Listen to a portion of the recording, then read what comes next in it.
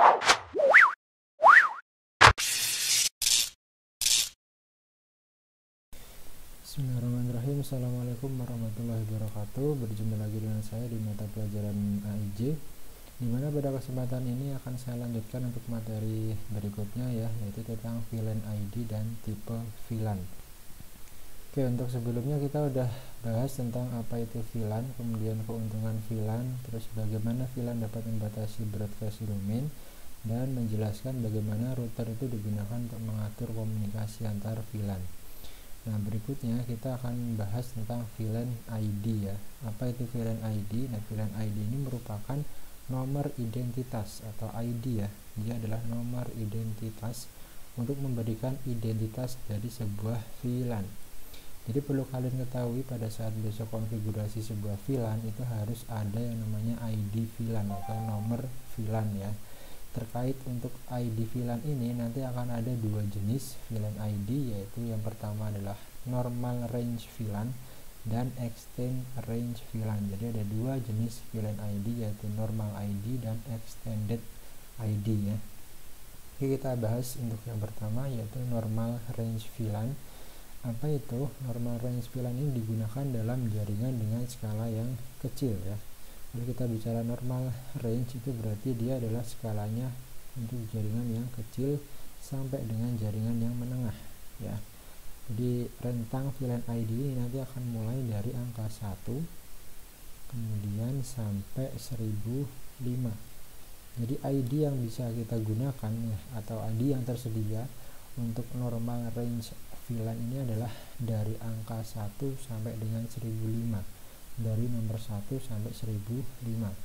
Nah, tapi ada catatan di sini ya, yaitu ada beberapa nomor atau ID yang tidak bisa digunakan untuk kita konfigurasi di VLAN-nya. Jadi ada ID 1, kemudian ada ID 1002, 1003, ya, 1004 dan 1005.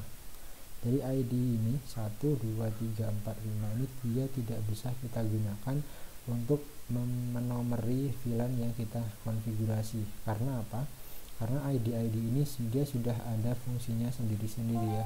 Dia sudah punya plot sendiri-sendiri. Jadi untuk yang nomor ataupun ID 1 ini dia digunakan untuk default VLAN.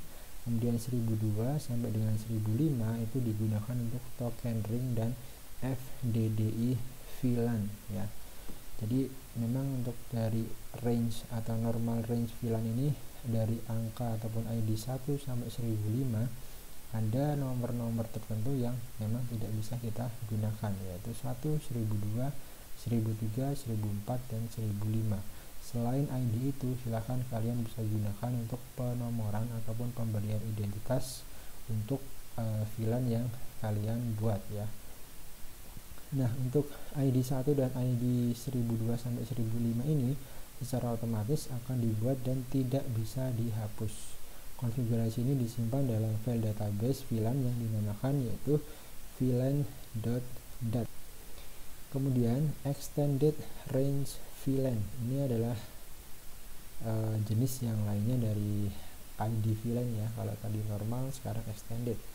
Extended ini memungkinkan ISP untuk mengembangkan infrastrukturnya untuk mencukupi lebih banyak pelanggan. Jadi rentang VLAN ID ini antara 1006 sampai dengan 4094.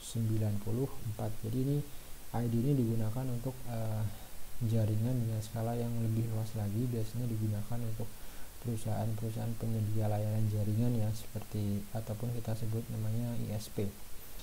Nah, VLAN yang dimiliki lebih sedikit dibandingkan ataupun fitur VLAN yang dimiliki itu lebih sedikit dibandingkan dengan VLAN yang termasuk normal range. Jadi sedikit catatan bahwa untuk extended range VLAN ini dia mempunyai fitur yang lebih sedikit daripada normal range ya. Berikutnya adalah tipe VLAN. Kita langsung menuju ke tipe VLAN. Jadi menurut Cisco System, tipe VLAN itu dapat dibedakan menjadi 5 ya. Yang pertama adalah data VLAN, default VLAN, native VLAN, kemudian management VLAN, dan yang terakhir adalah voice VLAN. Oke, kita bahas satu-satu. Mulai dari yang pertama yaitu data VLAN ya. VLAN data adalah VLAN yang dikonfigurasi hanya untuk membawa data-data yang digunakan oleh user. Jadi ini adalah kata kuncinya di sini. Kalau kita bicara VLAN data, itu berarti dia adalah VLAN yang dikonfigurasi hanya untuk membawa data-data yang digunakan oleh user. Dipisahkan dengan lalu lintas data suara ataupun manajemen switch, dan seringkali jenis VLAN ini disebut sebagai VLAN pengguna atau user VLAN. Data VLAN itu biasanya kita sebut sebagai user VLAN ya. Kemudian untuk jenis yang kedua adalah default VLAN. Nah, ini ada hubungannya dengan tadi yang sudah saya sampaikan terkait dengan ID VLAN, bahwa untuk default VLAN itu adalah VLAN yang secara bawaan dia sudah tersedia di switch ya. Jadi nanti semua port switch pada awalnya menjadi anggota VLAN default.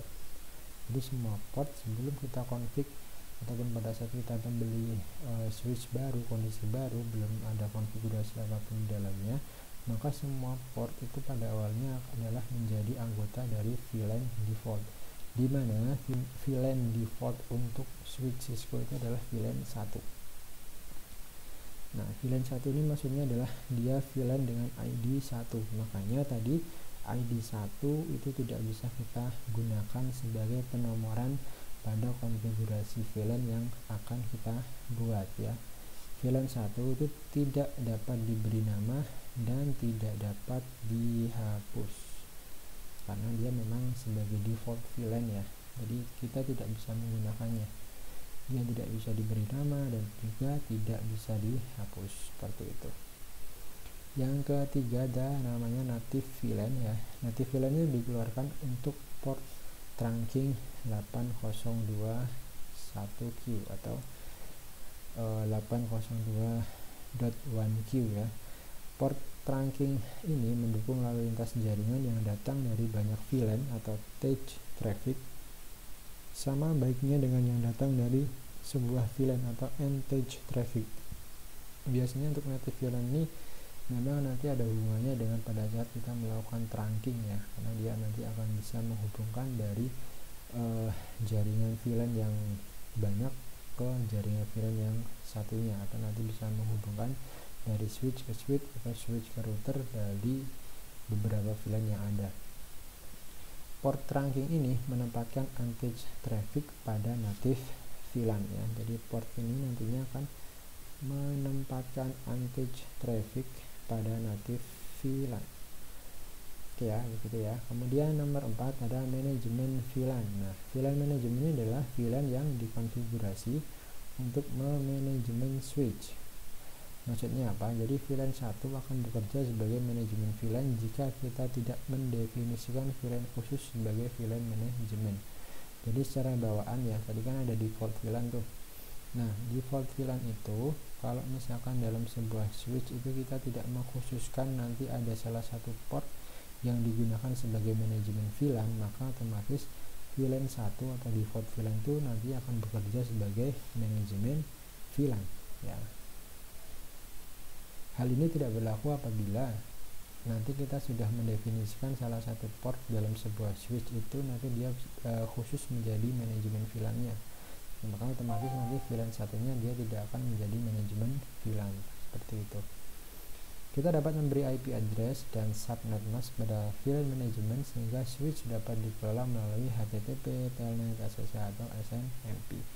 Jadi ini juga fitur juga salah satu fitur.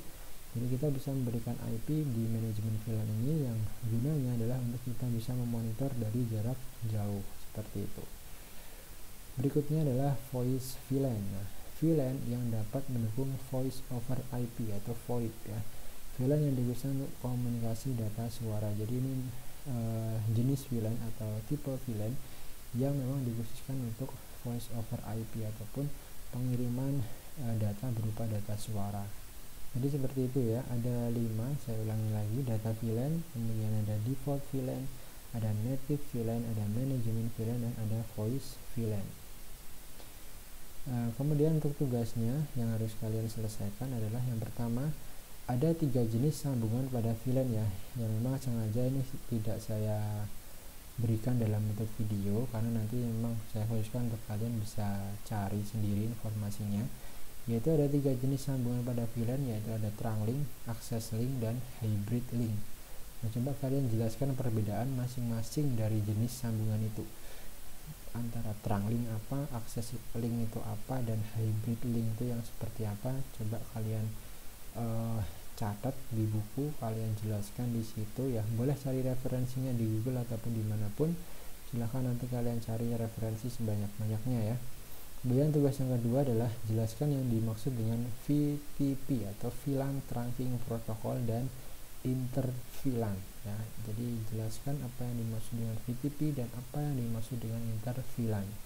Nah, saya mohon untuk bisa dikerjakan di buku tulis. Sekali lagi, kalian kerjakan di buku tulis, jangan kerjakan di Word atau jangan kerjakan selain di buku tulis ya. Harapannya adalah kalian nanti punya catatan ya di bukunya, yang mana itu nantinya bisa buat bahan kalian belajar lagi seperti itu.